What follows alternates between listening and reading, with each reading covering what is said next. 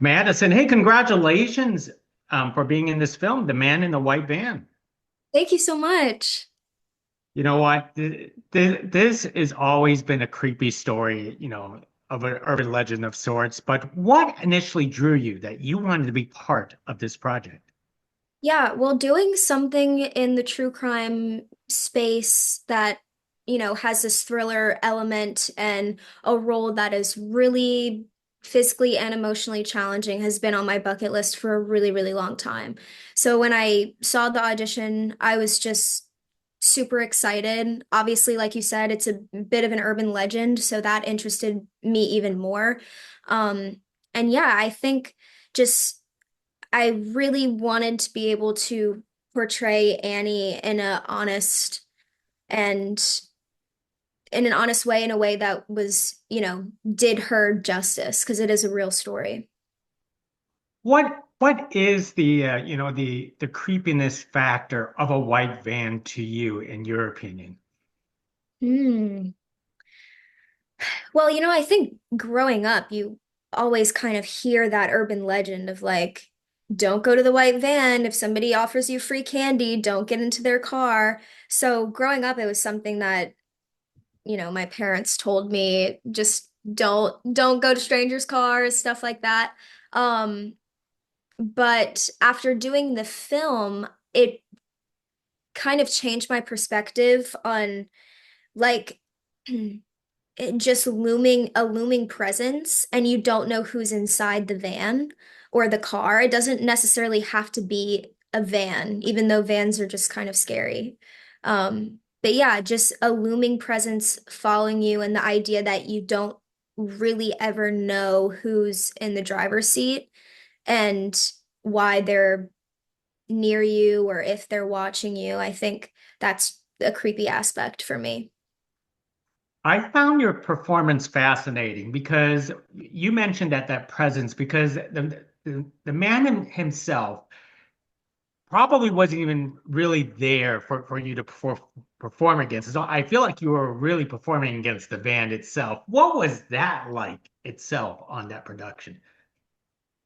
Yeah, it was a bit different because like you said, typically you're performing opposite a person, not a van.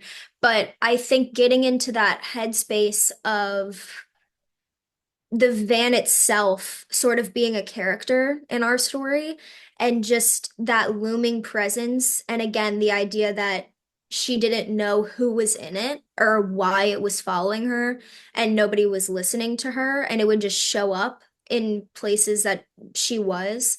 um that in and of itself, I think was enough for me to pull from. Now, did you do a lot of your own stunts in this film? Because always thrillers, it's a lot of running around, and you did a lot of horse riding, of course. Yes.